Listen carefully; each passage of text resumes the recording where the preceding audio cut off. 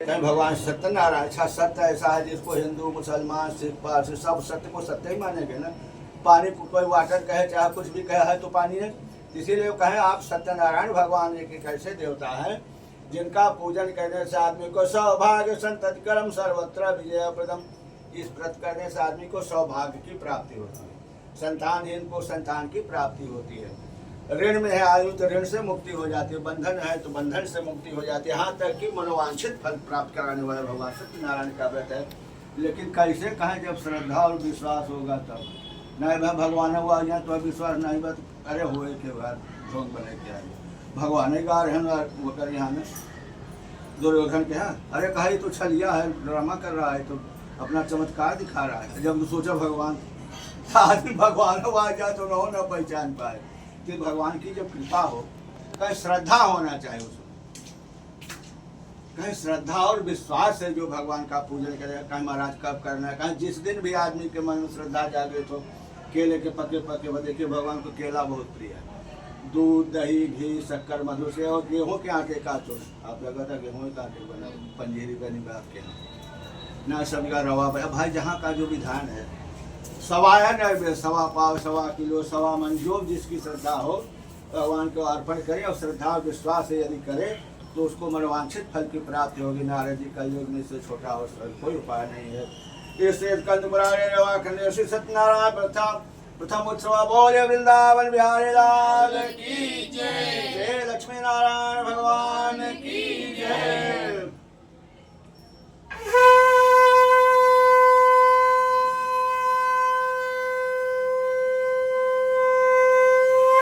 बोले सत्यनारायण भगवान की जय। चढ़ा दे पुस्तक पर भगवान।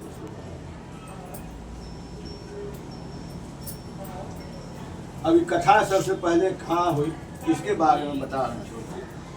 कश्चित काशी पुरे रम्य है सेद विप्रोत निर्धर है। एक कथा सबसे पहले हमारे वाराणसी में काशीपुरी में जो शिव जी का निवास स्थान है, गए वहाँ पर एक सतानंद नाम के गरीब ब्राह्मण रहते थे। तो ब्राह्मण अधिकतर गरीब होकर करते कुछ लंड फंडियार न करी ना तब से उनके पास धर्म हो नहीं तो सात्विकता से रहित बहुत बार कमाई खाए बड़े निकले और क्या करें। तो महाराज बड़े सात्विक विचार के थे, रोज भिक्षाटन करते जो मिलता था उसी से अपना परिवार चलाते थे। भगवान ने देखा कि महाराज बड़े भक्त हैं, कुछ उपाय करना चाहिए। अच्छा यहाँ भगवान आ जाए तो हम आप पहचाने न पाओ, और पहचान भी लेंगे तो इस नेत्र से उनको देख भी नहीं सकेंगे, इतना तेज होता है। तो भगवान किसी न किसी जरिया माध्यम से आदमी के ऊपर विपत्ति भी डालते हैं, उसकी मदद भी करते हैं। भगवान एक वृद्ध ब्राह्मण का भेष बना के जाके बोलते हैं, ब्राह्मण देवता आप कहाँ घूमते हो महाराज, देख रहे हैं बराबर। कह महाराज ब्राह्मण होते दरिद्र हो, हमारा मैं ब्राह्मण हूँ लेकिन बड़ा दरिद्र हूँ। कह महाराज दरिद्र कैसे हैं? कहीं सबसे बड़ा दरिद्र तो है जिसके पास भगवान ने सब कुछ दिया है, धन दौलत खेती बाड़ी गाड़ी बाड़ी मिल फैक्ट्री सब कुछ दिया है, लेकिन उसने अपने जीवन में कभी कोई सत्कर्म काम नहीं किया, न तीर्थ किया, न व्रत किया, न दान किया, न पुण्य किया, न अपने से अच्छा खाया पहना, न परिवार को खिलाया पिलाया। सबसे बड़ा दरिद्र तो वो है। कहे जिसके पास कुछ है नहीं बेचारा वो कैसे दरिद्र है? कहे महाराज आप भगवान सत्यनारायण की कथा सुनो तो आपकी दरिद्रता चली जाए। बोले महाराज में रुपया पैसा लगेगा, मेरे पास तो कुछ है नहीं।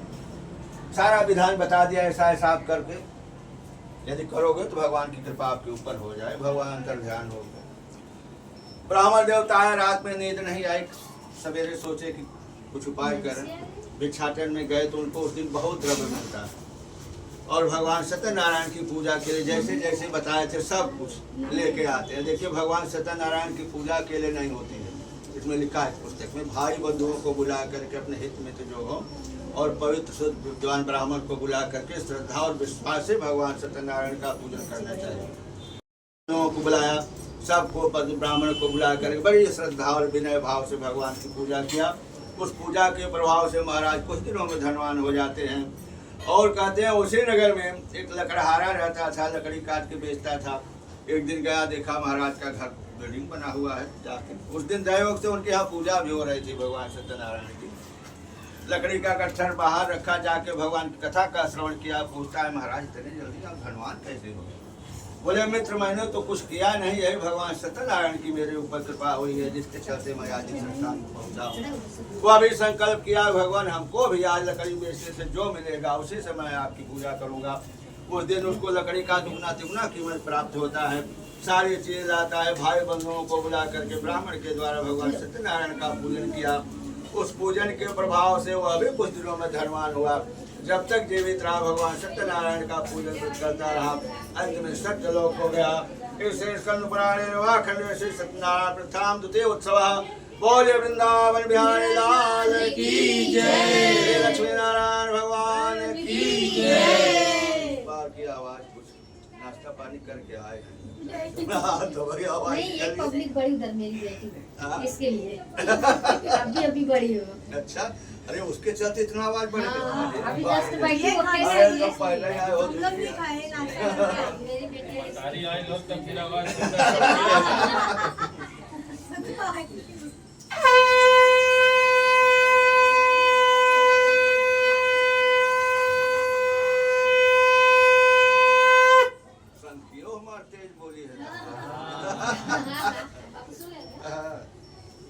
जयकारा भले जोर से बोले लेकिन कड़िया जोर से मत क्यों। बोले सत्यनारायण भगवान की जय। अब तीसरे चढ़ाया अब तीसरे अध्याय के महात्मा सूत जी महाराज पुराण ऋषियों, एक उल्का मुख नाम के राजा थे। कितने राजा बड़े सत्यवादी थे, बड़े धार्मिक थे, प्रतिदिन देवालय जाते थे, गरीबों को, ब्राह्मणों को, दीन दुखियों के दान दक्षिणा देते थे और भगवान के ऊपर बड़ी उनकी कृपा थी। लेकिन उनके पास कोई संतान नहीं थी।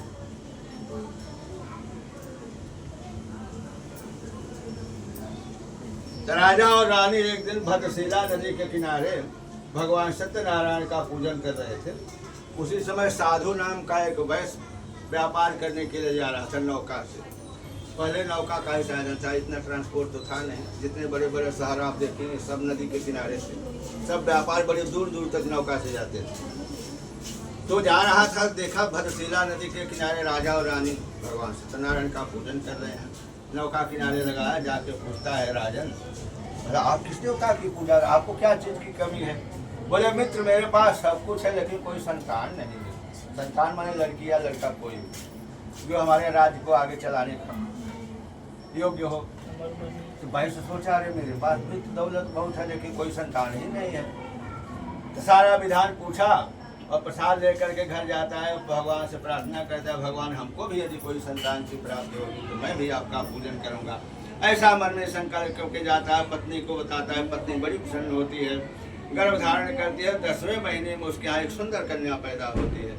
कन्या प्रतिदिन चंद्रमा की कला की तरह बढ़ने लगी, इसलिए उसका नाम कलावती रख दिया गया। पत्नी ने कहा, पतिदेव आप पूजा कर डालो, संकल्प किए हम। कहे देखो अभी खर्चा ज़्यादा हो, छठी पर है, पैसा खर्चा होता है, हम बनिया की ज़्यादा खर्चा पूंजी छूट जाएगी तो व्यापार कैसे होगा? नहीं होगा तो विवाह होगा तब कर लेंगे। व्यापार करने के लिए चला गया। कुछ दिन के बाद आता है, देखता है उसकी कन्या युवावस्था को प्राप्त है, विवाह के, और रोज बढ़ रही है तो विवाह के योग तो हो ही जाएगी जल्दी। कांचन नगर कलकत्ता नगर से सुंदर वैश्य कुमार को बुलाकर अपनी कन्या का विवाह कर। किंतु भगवान की ऐसी कृपा उसके ऊपर नहीं हुई कि उस दिन वो भगवान का पूजा करना भूल गया और व्यापार के सहित दामाद के सहित व्यापार करने के लिए रत्नसारपुरे रत्नसारपुर नगर में जाते हैं, जहाँ बहुत बड़ा रत्नों का ढेर होता है, वहाँ पर व्यापार होता है। भगवान उसके ऊपर रुष्ट हो जाते हैं, उसको श्राप देते हैं कि जाओ तुम घोर कष्ट को प्राप्त करेगा। वे दोनों ससुर दामाद जहाँ थे रत्नसारपुर नगर, वहाँ के राजा चंद्रकेतु थे।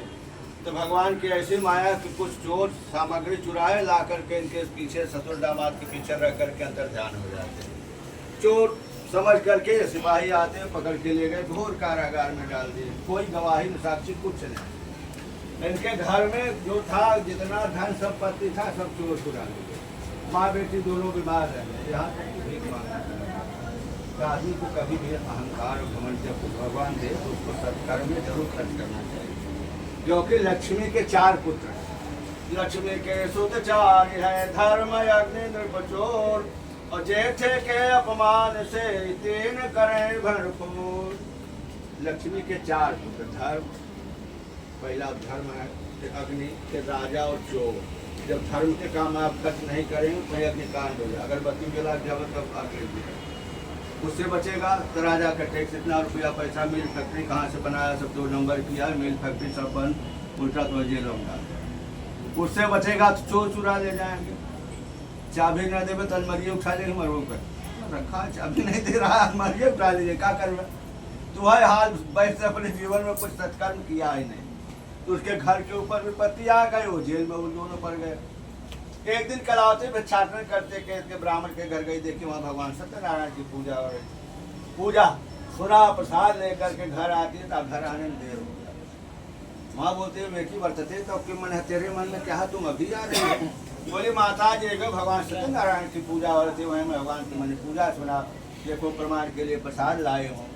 माता ने जब भगवान सत्यनारायण का नाम सुना तो उसको याद आया, अरे बेटी ऐसा व्रत तुम्हारे पिताजी ने तेरे पैदा होने के पहले संकल्प किया था, लेकिन किए नहीं।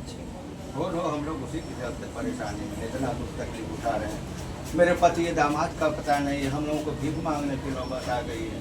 भगवान से हाथ जोड़ करके प्रार्थना करती है, प्रभु समस्तम च अपराधम में, भगवान मेरे अपराध को क्षमा करें। हम लोग सांसारिक जीव मोह माया में फंसे हुए, प्रभु भूल जाए स्वाभाविक है।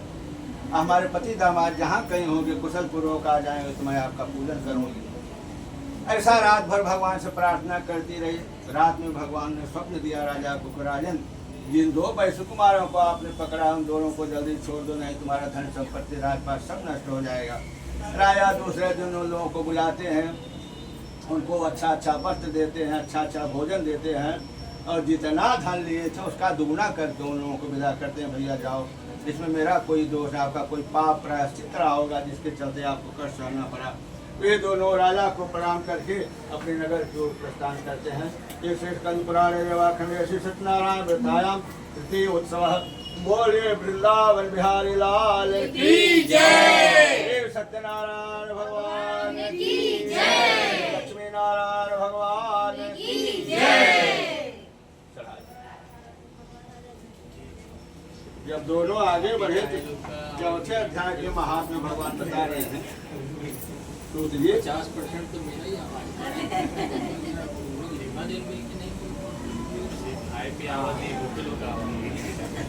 मुख्य मुझे इतना बोल रहा है, कितना बोल रहे हैं।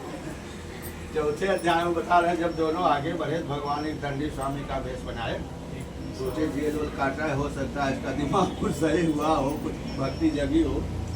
उसने शेर से आपके नौका में क्या है मुझे पता नहीं, हमारे भूंगा ने जेल से निकलते ही माने महाराज आके खड़े हो गए लगे। महाराज आपको धन की इच्छा है क्या? अरे आप संत महात्मा दंडी स्वामी, आप धन लेकर के क्या करोगे? मेरी नौका में हल्दी मिर्च मसाला खूब करे शब्दों में आँख निकाल के बोला। भगवान सोचे बाप रे, अभी इसका एक हाल है, जेल काटने के बाद ये हाल है। क्या मेरे नौका में हल्दी मिर्च मसाला सौंठ लौंग इलायची दालचीनी आरा रोज तेज पता जितना जानता था, कुछ नहीं जानता था। दमादों से पूछ लिया, कुछ छूट तो नहीं रहा है? बोला नहीं महाराज कुछ नहीं छूटा है। चलिए इसकी नौका में हीरा मोती है, बोरा गरम मसाला है। बोले सत्यम बहुत ते वचन, निष्ठुरम वचनम श्रुत्वा सत्यम बहुत ते वचन। एक आदमी कुछ प्रेम से बोलता है, कहता कि भिखमंगा आओ, देखा भैया मैं हाथ खाली नहीं बाहर जाओ। भिखमंगा ढीठो बहुत हो, तब वो बैठ जाएंगे। पहले गांव में आप तक गऊ भीख नहीं मांगे होते।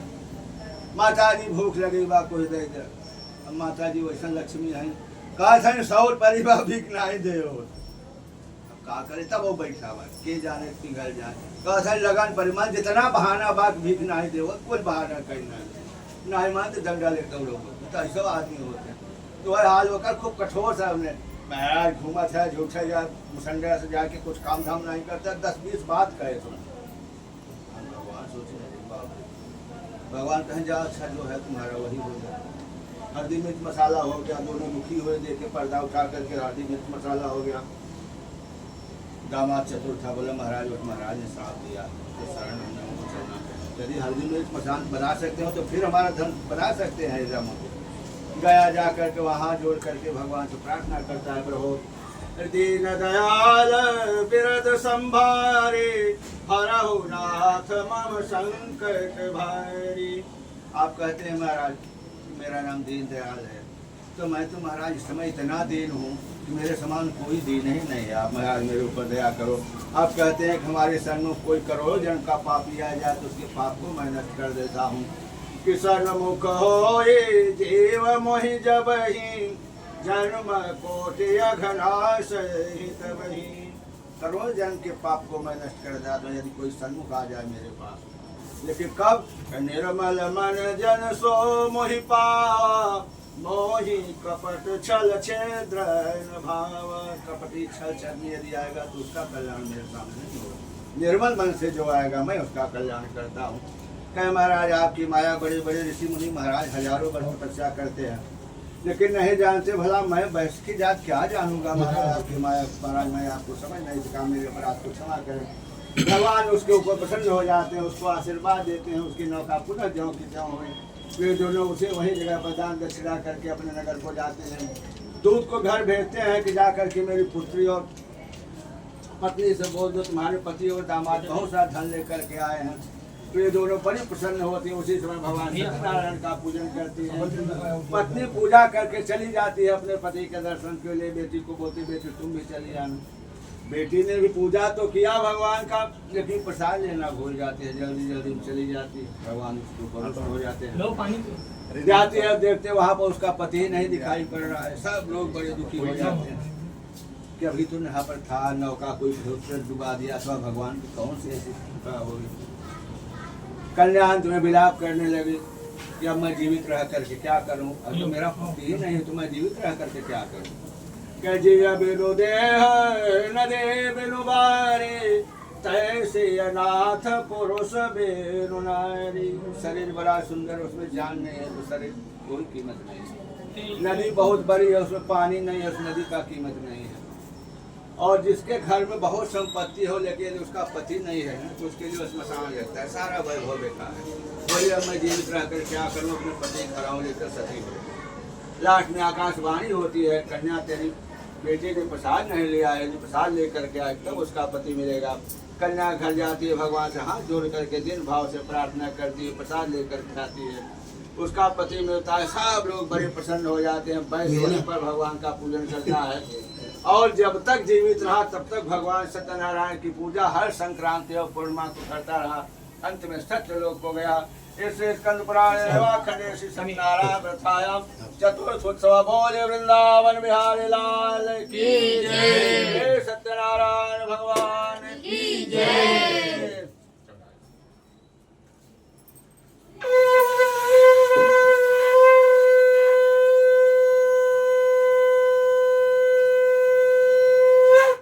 तुंगध्वज नाम के राजा थे। राजा बड़े सत्यवादी थे लेकिन राजाओं का स्वभाव है शिकार खेलना। शिकार खेलने के लिए जंगल में गए, बहुत से बनैले पशुओं को मारे और मार करके क्या करते हैं, एक वट वृक्ष के नीचे आकर के विश्राम करने लगे। उसी समय साधु नाम का एक वैश्य, उसी समय कुछ गोप लोग वहाँ पर भगवान सत्यनारायण का पूजन किए थे। पूजा करके प्रसाद लेकर के आते हैं राजा को देने के। राजा सोचा अरे मैं इतना बड़ा राजा, छोटी जात के लोगों का प्रसाद मैं कैसे ले सकता हूँ।